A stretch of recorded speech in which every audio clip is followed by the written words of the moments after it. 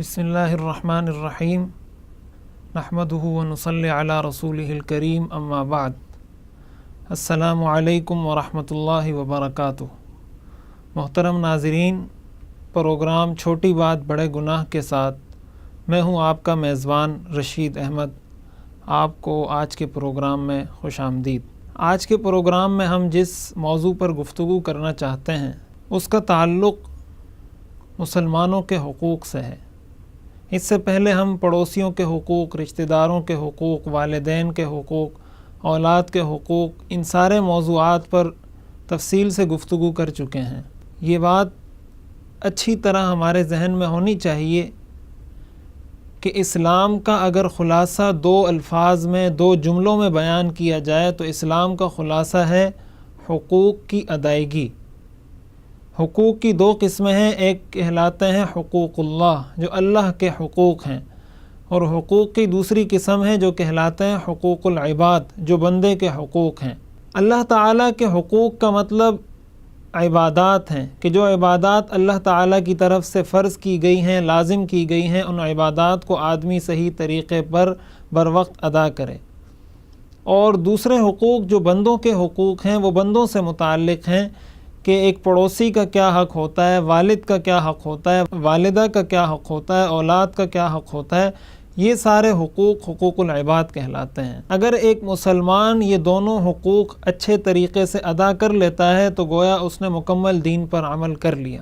ناظرین، اگر ہم انسان کی فطرت دیکھیں، انسان کی یہ فطرت ہے کہ جب کوئی چیز اپنے ہاتھ سے بناتا ہے یا کوئی چیز اپنی طرف سے ڈیزائن کرتا ہے، اس کو کوئی نئی شکل، کوئی نئی شیپ دیتا ہے تو اس کے ساتھ اس کی محبت ایک فطری امر ہوتی ہے۔ وہ چاہتا ہے کہ یہ چیز جیسے میں نے بنائی ہے ایسے ہی رہے۔ ایک معمار جب کوئی دیوار تعمیر کرتا ہے، کوئی بلڈنگ وہ اٹھاتا ہے تو اس کی یہ خواہش ہوتی ہے کہ میں اس کو اپنی آنکھوں سے اسی طرح دیکھتا رہوں۔ انسان کے وجود کی یہ پوری عمارت اللہ تعالیٰ نے بنائی ہے۔ اس کا خالق، اس کا مالک، اس کو پیدا کرنے والی ذات ہی اللہ تعالیٰ کی ہے۔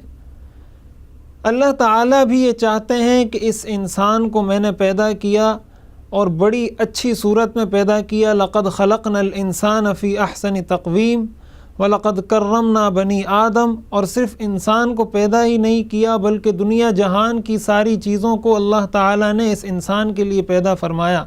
یا ایھا الناس اعبدوا ربکم الذی خلقکم والذین من قبلکم لعلکم تتقون۔ آگے اللہ تعالیٰ ارشاد فرماتے ہیں الذی جعل لکم الارض فراشا والسماء بناء وانزل من السماء ماء فاخرج به من الثمرات رزقا لکم۔ یہ ساری کائنات اللہ تعالیٰ نے اس انسان کے لیے بنائی ہے۔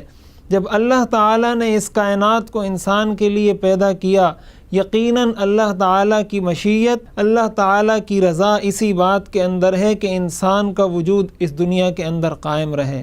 حضرت نوح علیہ السلام کی قوم پر جب طوفان آیا اور ساری قوم اس طوفان کے اندر غرقاب ہو گئی، اس کے بعد روایات میں آتا ہے اللہ تعالیٰ نے حضرت نوح علیہ السلام کو حکم دیا کہ کچھ برتن بنائے مٹی سے۔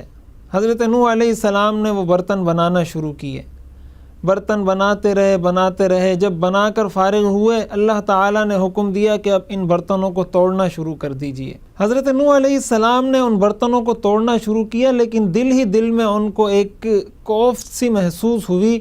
ان کو یہ احساس ہوا کہ اتنی محنت سے میں نے یہ برتن بنائے تھے اور اب میں اس کو توڑے جا رہا ہوں۔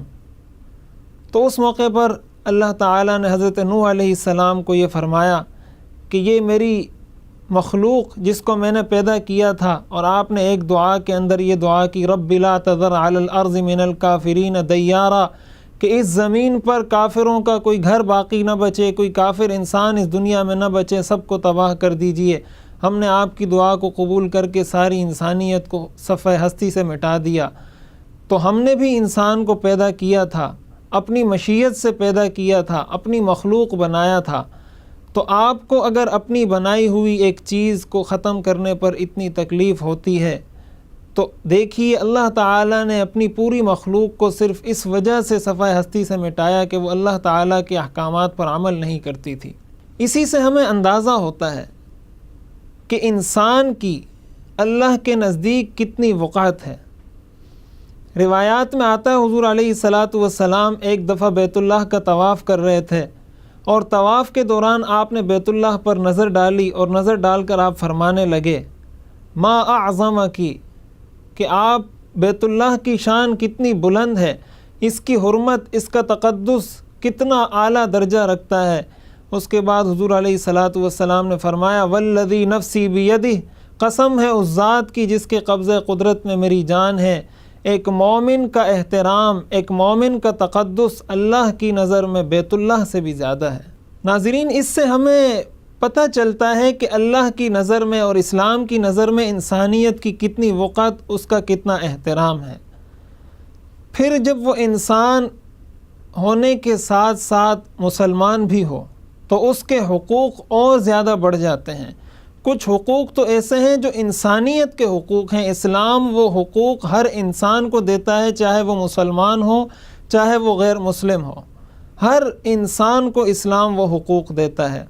لیکن جب وہ شخص اسلام بھی قبول کر لیتا ہے، وہ آپ کا مسلمان بھائی بن جاتا ہے، تو اس کے حقوق کا درجہ اور بلند ہو جاتا ہے، اور ذمہ داریاں دوسرے مسلمان پر اس کے حقوق کے حوالے سے عائد ہو جاتی ہیں۔